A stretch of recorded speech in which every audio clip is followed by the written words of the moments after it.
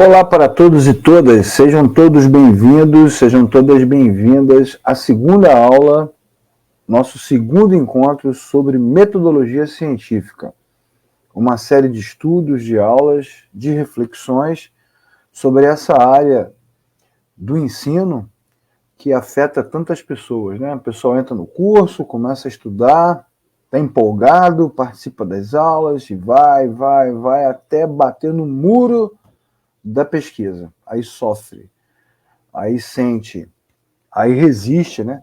Pior do que sofrer com um trabalho contínuo que deve ser realizado, e é cansativo mesmo, é o estudante que resiste, que não concorda. Eu não concordo, eu não aceito, eu acho isso um absurdo, eu acho que isso não precisa, que não deveria ser assim, aí fica naquela fase da reclamação, da queixa. Mas não tem o que fazer, né? Todo curso, todo sistema acadêmico de formação pede uma pesquisa, pede um resultado que consiga demonstrar na prática o que você aprendeu, o que você estudou, as áreas, né, que te interessaram, que mexeram com você, e isso se conclui, isso se concretiza, se realiza no artigo científico, o que deixa os alunos apavorados. Mas eu não estou aqui para apavorá-los, não estou aqui para colocar medo em você, não, eu estou aqui para te ajudar, né?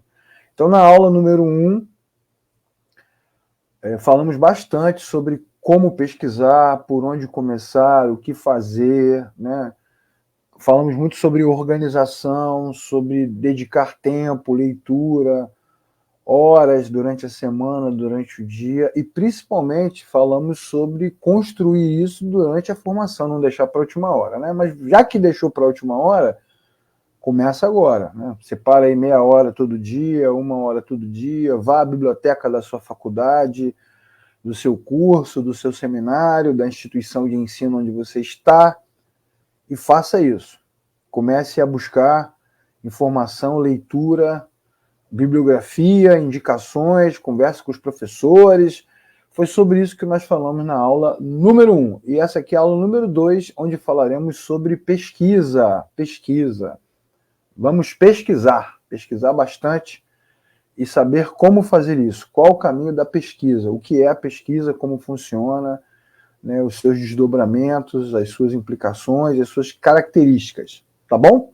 Vamos falar sobre isso. Já que você chegou até aqui, dá aquela ajuda, né? Se inscreva no nosso canal,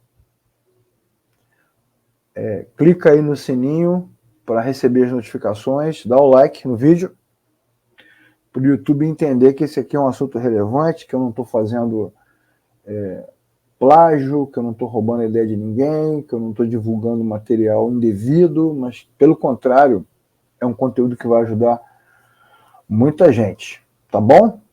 Então vamos lá. Muito bem, meus queridos alunos, pesquisadores, formandos, estudantes, vamos falar sobre pesquisa, o que é a pesquisa e como funciona, né? Nesse curso de metodologia científica, falaremos muitas vezes sobre esse tema e eu tenho muitas dicas para dar, temos muitas coisas para aprender. Então, para não virar uma coisa louca, desesperadora, massacrante, vamos falar de uma coisa de cada vez. Tá? Hoje falaremos sobre a pesquisa, sobre esse conceito e sobre como ela funciona. Na aula anterior, na aula número 1, eu já tinha falado que a pesquisa ela é resultado da sua formação. Ok? Então você está fazendo o curso de Direito. Está fazendo o curso de Direito e durante o seu curso você ouve falar de muitos assuntos diferentes. Você estuda sobre direito penal, sobre direito trabalhista, né, sobre a área civil, você estuda agora também sobre direito digital, né, LGPD, direito internacional. Caramba, é muito assunto. E durante o seu curso, durante as suas leituras, durante as aulas, as reflexões, as palestras dos professores, você acaba se interessando por uma área. Ok? Você acaba se interessando por uma área. Isso é importantíssimo, né? O que eu estou dizendo agora é fundamental. A gente não escolhe um tema para pesquisar, certo? A gente não escolhe um tema para pesquisar. A gente pesquisa e o tema surge. O maior problema nessa área, e é uma coisa que nós, professores, observamos o tempo todo, é que o aluno fica fixado, né, hipnotizado por uma ideia. Eu quero falar sobre isso. Quero falar sobre direito internacional nesse ponto aqui. Aí ele começa a procurar adeptos, né? Parece até uma seita. Conversa sobre a ideia com o professor, conversa sobre a ideia com os amigos, com os colegas, compartilha, tenta convencer todo mundo que aquele assunto é importante. Aí o professor ouve, né, pacientemente, assim, caramba, olha, mas esse assunto é um assunto difícil, tem material sobre isso? Tem pesquisa? Não, mas esse assunto é muito importante, eu tenho visto por aí as pessoas falando desse tema. Aí o aluno vai e cai no Google caçando material e não encontra material de pesquisa. E aí eu vou dizer para você uma coisa que vai te deixar chocado, vai te deixar chocada. Se não existe material de pesquisa, não tem pesquisa. Porque você não parte do tema para a pesquisa, você parte da leitura para o tema. E foi o que nós falamos na aula número 1. Né? Leitura de textos, apostilas, dissertações, monografias, artigos, consultas. E aí o que vai acontecendo? Essas leituras vão gerando dentro de você uma inquietação, um questionamento, uma pergunta, dúvidas. O interesse vai aumentando. Vamos supor que você seja da área de administração. Aí na área de administração você estuda sobre qualidade, contabilidade, área financeira, recursos humanos, produção. Você estuda sobre ética, estuda sobre gestão de pessoas, você estuda sobre política de negócio, metodologia ágil, você estuda sobre gestão mercadológica, estuda sobre logística, estuda sobre sistemas gerenciais. À medida que você vai lendo, isso vai despertando em você inquietações, perguntas, você vai sendo atraído e vai aumentando a sua leitura. E é isso que gera em você a vontade de pesquisar. Se você estiver fazendo pedagogia, você vai estudar sobre teorias de aprendizagem, metodologias tradicionais, metodologias ativas, do papel docente, mediação, didática, antropologia da educação, filosofia da educação, história da educação, e você vai estudando. E aquilo vai despertando em você o desejo de ler mais, de conhecer mais, de saber mais. Então, para começar essa aula número 2, mais uma vez eu quero enfatizar, pesquisa se faz com leitura.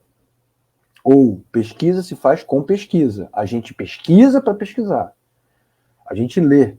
Para que esses temas despertem em nós, né, a vontade de estudar. Está fazendo aí o curso de sistema de informação. Aí você vai estudar sobre modelagem de processo, arquitetura de computadores, diferentes tipos de programação, gestão de pessoas, gestão de equipes, metodologia ágil.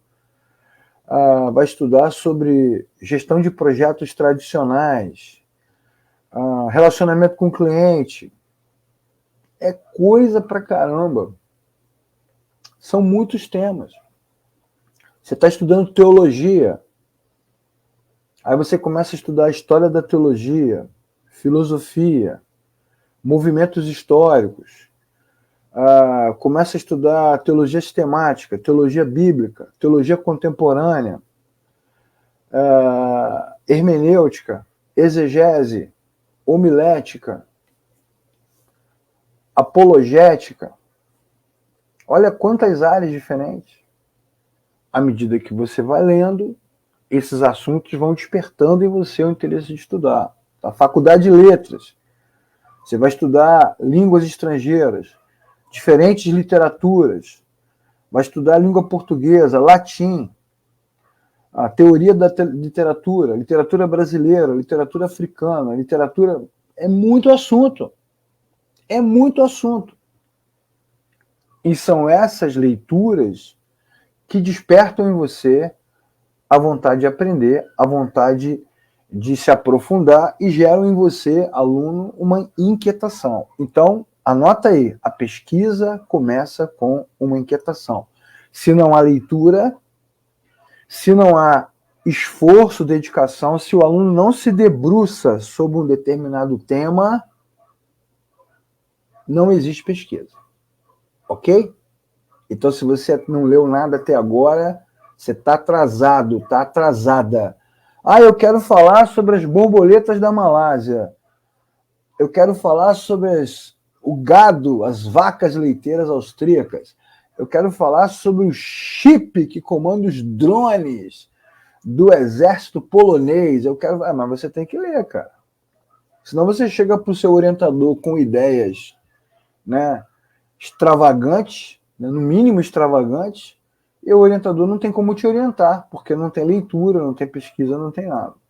Além disso, para a gente avançar, também é importante dizer que quando você está pesquisando, quando você está lendo e quando um assunto vai crescendo dentro de você, esse assunto gera em você uma inquietação e essa inquietação aponta um caminho. E por causa deste caminho que ela aponta, você também já vai saber mais ou menos quem pode te orientar. Porque na faculdade de Direito, cada professor tem uma especialização, tem uma área, e ele será útil para te orientar naquela área. A mesma coisa na faculdade de Administração, na faculdade de Pedagogia, na faculdade de Teologia, de Sistema de Informação, de Letras, não importa a área. Se você não faz a leitura prévia, como nós falamos, né? Se você não tem o hábito de fazer essa leitura, não está se organizando, você não vai saber nem a quem pedir orientação. E saber a quem pedir orientação é importantíssimo também durante a construção da pesquisa, do processo de aprendizagem, de organização, de produção científica. Beleza? Vamos falar dos tipos de pesquisa. Os tipos de pesquisa que você pode desenvolver durante o seu trabalho, ok? Olha como é importante esse slide e como são importantes essas dicas da aula número 2. Essa aula certamente será decisiva para a construção do seu projeto, para a pavimentação dessa estrada. Você vai seguir tranquilo agora, daqui para frente, sabendo o que fazer. Ou pode ser que você durma desesperado depois desse vídeo, porque não sabe o que fazer. Mas pelo menos, quando você sabe o que fazer, ou quando você não sabe o que fazer, você sabe alguma coisa. Entendeu? Porque se você sabe o que fazer, joia, você achou um caminho. Se você não sabe o que fazer, você tem consciência de que não encontrou um caminho. Então você também sabe. Esse saber também é importante. O pior é quando o camarada, quando ele ou ela não sabe nada, tá perdido. Aí é difícil. Mas isso vai ser muito bom. Essa aula aqui, esse vídeo, esse slide, essa apresentação, esse bate-papo aqui é um choque de realidade. Choque de realidade importante para a sequência. Eu vou até tomar um café aqui para dar uma energia mental, né? A nossa pesquisa científica, ela pode ser conduzida e deve ser conduzida a partir desses 4 aspectos aí a considerar. A pesquisa é produzida, né? Ela pode ser considerada quanto à abordagem, quanto à natureza, quanto aos seus objetivos e também quanto aos procedimentos. Ok? Então vamos começar pela abordagem.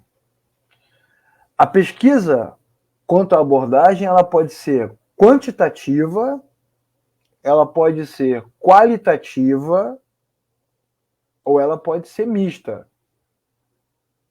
Ela pode ser quantitativa, pode ser qualitativa ou pode ser mista. O que seria uma pesquisa quantitativa? Uma pesquisa quantitativa é um estudo estatístico. Qual o objetivo da estatística? É te apresentar um resultado. É medir através de indicadores, através de observações, o resultado de uma determinada abordagem, de um determinado olhar. Você vai medir numericamente as hipóteses levantadas a respeito de um problema. E o observador, o pesquisador, que é você, investigador, investigadora, não emite opinião, só apresenta resultado. Então a pesquisa ela pode ser quantitativa.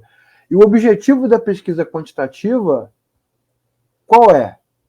É provar, reafirmar, questionar determinada hipótese. Preste atenção. A pesquisa quantitativa trabalha com a ideia de quantidade, certo? O nome já está dizendo. É uma abordagem investigativa, né? A pesquisa tem a ver com investigação para atender objetivos do mercado ou da ciência. Qual é a ideia? O que você pretende quando faz uma pesquisa quantitativa? Você pretende gerar estatísticas sobre um tema. E a partir dessas estatísticas, você consegue oferecer, na sua pesquisa, um panorama geral, certo? Sobre um determinado fenômeno para uma determinada discussão. É isso que você quer. Então, quando você faz uma pesquisa quantitativa, você quer apresentar o resultado de um determinado fenômeno, resultado de uma observação que você fez, e trazer para a mesa, para o debate, para a reflexão, para que você possa promover a discussão sobre aquele tema, sobre aquele assunto. Certo? O objetivo da pesquisa quantitativa é medir. Medição, mensurar. Dá para a gente uma dimensão do que está acontecendo numa determinada área, num determinado segmento da sociedade. Ok? Então, por exemplo, preste atenção. Vamos imaginar que você fez uma pesquisa, você trabalha numa escola, você é professor, professora, né? Pesquisador, pesquisadora, e você quer fazer uma pesquisa e você vai lá e entrevista 500 estudantes. 500 estudantes, uma escola média, né? 500 alunos. E aí você descobre, por exemplo, que 350 alunos, tá bom? Nunca estudaram sobre a teoria da evolução. Diante dessa pesquisa que você fez, você tem um número, você tem um resultado. E aí você pega esse resultado e leva para a direção do colégio. Fala assim, ó, 350 alunos de 500 não estudaram ainda sobre a teoria da evolução. 350 alunos de 500, mais da metade dos alunos, nunca estudaram sobre a teoria da evolução. O que você faz com esse resultado, com essa medida? Você vai repensar as aulas de biologia, as aulas de ciências, vai repensar até as aulas de filosofia, vai repensar a sua estrutura pedagógica, o seu planejamento, certo? Então, para que serve a pesquisa quantitativa? Para te dar uma medição. Eu usei esse exemplo aqui, que é um exemplo comum nas aulas de metodologia científica, porque é um exemplo absurdo, né? É muito improvável que você tenha uma aula de ciência e não fale dessa teoria. Mas olha só, eu te dei uma medida. Então a pergunta é a seguinte: como é que se faz uma pesquisa quantitativa? De que forma que você faz uma pesquisa quantitativa? Você faz da seguinte maneira: ou você elabora um questionário, beleza? Um questionário com perguntas objetivas, ou você faz uma entrevista com a pessoa estruturada para poder quantificar os resultados. Aí o pesquisador vai lá, né, vai lá na escola, o exemplo que eu dei, vai lá, conversa com os alunos, de sala em sala, dá opções de resposta. Geralmente essas opções são pré-definidas, estabelecidas para o aluno poder, né, seguir com o seu trabalho, para o pesquisador seguir com o seu trabalho de levantamento de dados. A pesquisa quantitativa é uma pesquisa de levantamento de dados, por isso que ela é importantíssima, tá? Você tem, por exemplo, no Google, que hoje é uma ferramenta que nós utilizamos, estudantes, professores e pesquisadores, você tem uma ferramenta chamada Survey. O Survey é um formulário que o Google prepara, que já produz relatórios automáticos. Quer dizer, ele vai ser muito útil. Se você tiver um questionário bem organizado, bem estruturado, ele vai ser muito útil para você poder fazer, né? E ele serve, né, no caso do Survey, ele serve para você preparar gráficos, tabelas, que é o que interessa. Para você fazer uma pesquisa quantitativa, se essa for a sua decisão, né, fazer uma pesquisa quantitativa, o que você tem que apresentar na sua pesquisa? Tabelas, gráficos, relatórios, para que quem estiver lendo a sua pesquisa, assistindo a apresentação da sua pesquisa, consiga ver resultado. Entendeu? Toda pesquisa quantitativa tem que apresentar resultado. E, além do resultado objetivo, comparações entre opiniões, entre pesquisas, entre perspectivas, ok? E, lógico, mais importante do que isso, você precisa ter uma amostra representativa. Não adianta eu fazer uma pesquisa na minha rua, ou com pessoas que não têm nada a ver com o assunto. Né? Você, por exemplo, quer fazer uma pesquisa sobre um ponto de vista político. Aí você vai fazer um questionário, vai entrevistar pessoas de um lugar, de um bairro, de uma cidade, de uma instituição, todas elas pensam do mesmo jeito. Você vai encontrar um resultado objetivo. Né?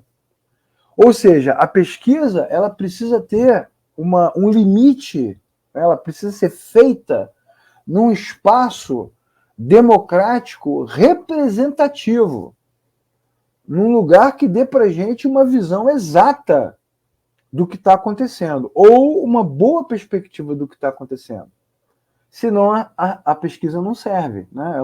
Agora vamos falar sobre a pesquisa qualitativa, que é uma outra abordagem. Estamos estudando sobre pesquisa científica e estamos falando sobre a pesquisa no que diz respeito à abordagem. Já falamos da abordagem qualitativa, que é levantamento de dados, números, para apontar o recorte de uma realidade, né? Ou constatar uma realidade, ou confrontar uma realidade. Agora vamos falar sobre a pesquisa qualitativa, que tem como principal objetivo interpretar o fenômeno que observa. Ela faz interpretações subjetivas. Olha só como é diferente, tá vendo? Então presta atenção sobre o significado dessa pesquisa, que é diferente da outra. Essa abordagem é diferente. Presta atenção no que eu vou te dizer, vai anotando aí as suas observações, transforma essa aula já num estudo científico, entendeu? A pesquisa qualitativa, ela tem um olhar social, ela tem um olhar empírico, é observação. Se a quantitativa é levantamento de dados, a qualitativa é observação.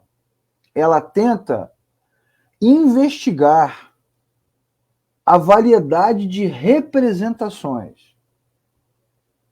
Ok? Eu estou fazendo com você aqui um exercício de estudo e usando uma linguagem científica, já para você poder se acostumar com ela. A pesquisa qualitativa, ela observa as representações no seu próprio mundo. Ela tenta conhecer a forma como as pessoas se relacionam no cotidiano. Ela se preocupa com a realidade.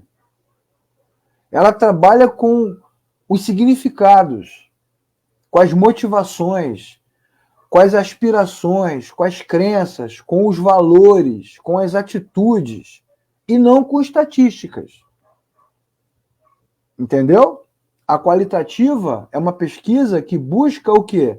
As descrições, as comparações, as interpretações. Isso é importante demais. Então, vou fazer umas diferenças aqui para você anotar aí no seu bloquinho, no seu caderninho, para quando você estiver pensando na sua pesquisa, né? A pesquisa quantitativa, ela focaliza numa quantidade pequena de conceitos, tá? Então faz a pergunta, né? Você já estudou a teoria da evolução?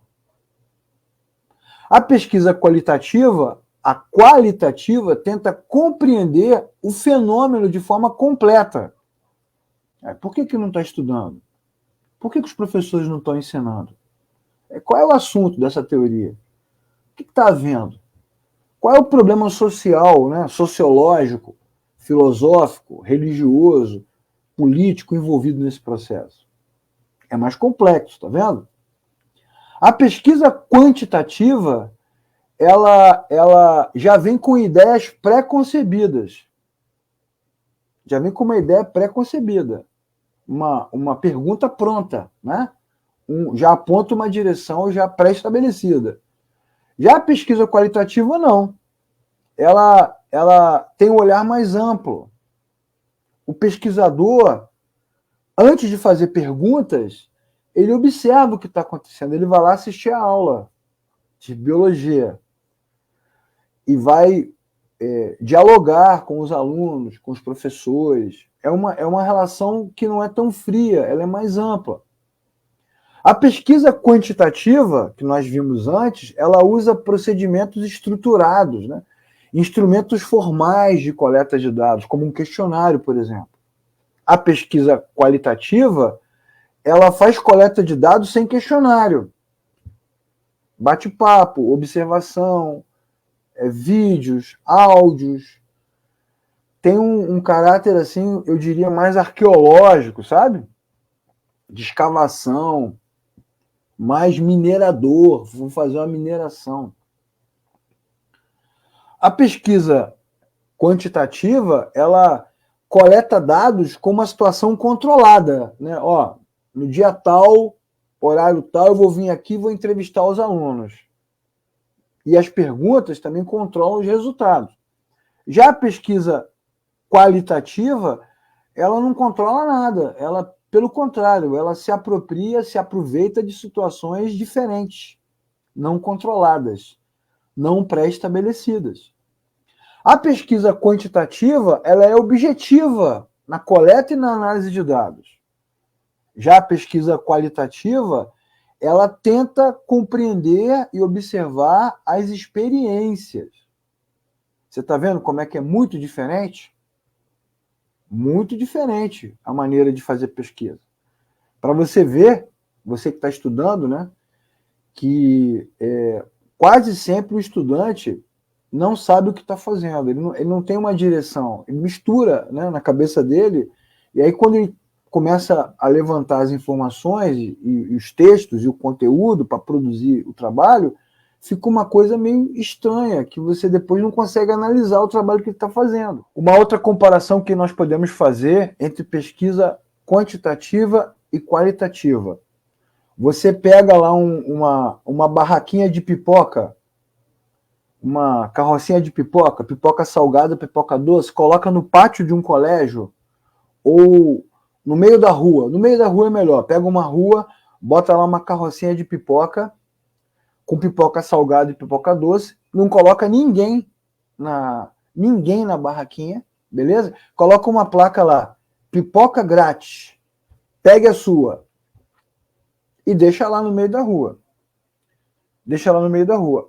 Vamos imaginar que você esteja fazendo uma pesquisa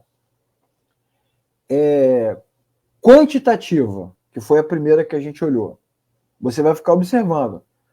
Aí você vai dizer, sei lá, vai dizer assim, né? Vai colocar lá no seu relatório. 75 pessoas passaram em frente à barraquinha e só uma pegou a pipoca. Pesquisa quantitativa. Beleza? Já na pesquisa qualitativa, quando a pessoa vai na barraquinha, você vai atrás dela e fala assim, fulano, Poxa, você foi a primeira pessoa de 75 que pegaram a pipoca. Como você se sentiu? Como foi a sua experiência? O que você achou quando viu a plaquinha ali? Qualitativa. Entende a diferença? A quantitativa só quer saber do número. A qualitativa faz uma análise mais empírica, mais profunda, mais abrangente do fenômeno. Deu para entender a diferença? Pensa bem aí. Vê se deu para entender a diferença. Se não deu, volta o vídeo, assiste de novo, para você tentar assimilar a diferença. Para que a pesquisa qualitativa serve, né? Em que momentos ela é apropriada? Geralmente ela é apropriada quando você quer fazer estudos exploratórios de variáveis desconhecidas, de coisas que não estão claras, de definições que não estão claras, para dar explicações mais profundas, para poder apresentar aspectos particulares de contextos mais amplos. É para isso que você faz uma pesquisa qualitativa, é para isso que ela é apropriada, né? Ela tem uma aplicação apropriada nesse sentido. Ela quer dar um mergulho mais profundo em determinados pontos, em determinados aspectos. Ok? Então agora vamos para o último tipo de abordagem, que é a abordagem mista. A abordagem mista da pesquisa científica é uma mistura entre a pesquisa qualitativa e a pesquisa quantitativa. Ou seja, você faz uma pesquisa em duas partes.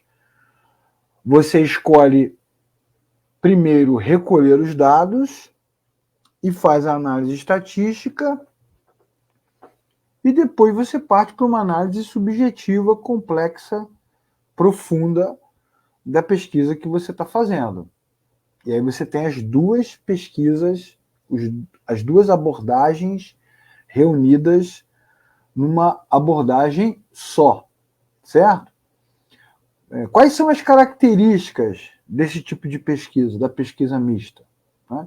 Em primeiro lugar, é uma forma mais abrangente de você obter informações, certo? Você combina o que tem de melhor nas duas abordagens. Uma parte mais detalhada, mais profunda, e uma parte mais extensa de levantamento de dados.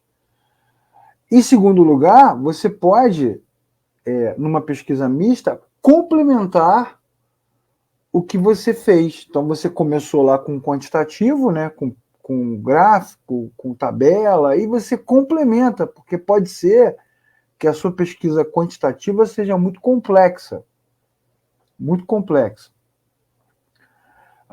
Então, por exemplo, vamos imaginar que você queira fazer uma pesquisa sobre trabalho remoto, né, ou teletrabalho, como se chama, né, trabalho remoto. E aí você começa a fazer levantamento de dados, né? Quantas empresas aplicam, quantas pessoas trabalham, quantas estão conectadas, quantas horas, quanto isso, quanto aquilo, faz um monte de medições. Mas pode ser que essas medições não sejam suficientes para você fazer uma avaliação das implicações desse novo modelo de trabalho. As implicações físicas, emocionais, mentais, né? Os aspectos positivos, os aspectos negativos. Então, o que você faz? Você parte para um complemento. Você pega lá a estatística, apresenta ela como ponto de partida do seu trabalho e depois você vai complementar aquilo com autores, fazendo um levantamento, né, uma descrição mais aprofundada do que você está pesquisando. Você entende a diferença? Você pode fazer, inclusive, inferências estatísticas para explicar algumas coisas. Misturando, né? Você está fazendo uma explicação lá e dizendo que, por exemplo, o número de pessoas com burnout, com depressão ou com ansiedade diminuiu em função da mudança de modelo. Em compensação, né, piorou a performance da empresa em determinados segmentos porque pedia uma interação maior, pedia, de repente, momentos de interação física. Aí você pode mostrar na sua pesquisa que em determinados segmentos o modelo híbrido é melhor. Uma parte do trabalho feito no local de trabalho, uma parte do trabalho feito em home office, em função de uma análise mais profunda que você fez.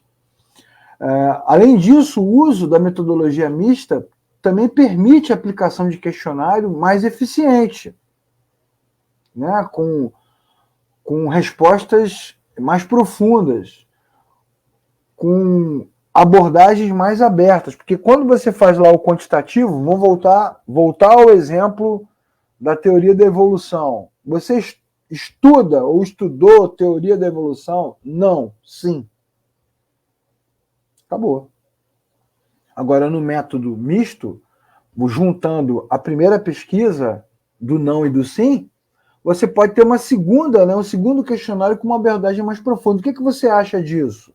Você pode ter uma opinião que você não tinha antes.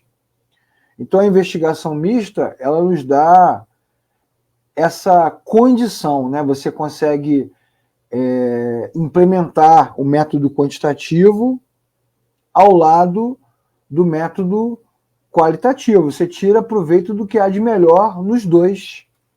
Faz uma análise mais extensa, mais profunda, complementar, e tem resultados melhores, né? Tem resultados melhores se é isso que você deseja. Então, beleza. Na aula número 2, que é essa aqui, quando começamos a falar sobre a pesquisa propriamente dita, nós falamos sobre a pesquisa científica no que diz respeito à sua abordagem. Ela pode ser quantitativa, ela pode ser qualitativa ou pode ser mista. Tá joia? Então anote tudo, comece a pensar na melhor forma de pesquisar, no seu caminho daqui para frente, e prepare-se para a próxima aula, quando falaremos sobre a natureza da pesquisa. Se é uma pesquisa básica ou se é uma pesquisa aplicada, ok? E depois falaremos também sobre os objetivos da pesquisa. Tá certo? Muito bem, estudante, muito bem. Espero que esta aula tenha sido boa, importante, relevante, marcante para você e te ajude a construir o trabalho da melhor forma. Eu aguardo você para a aula número 3, onde continuaremos as nossas reflexões sobre tipos de pesquisa, como fazer, pavimentando o caminho do seu trabalho. Tá joia? Professor Leclerc aqui, continuo à sua disposição e aguardo você no nosso próximo encontro.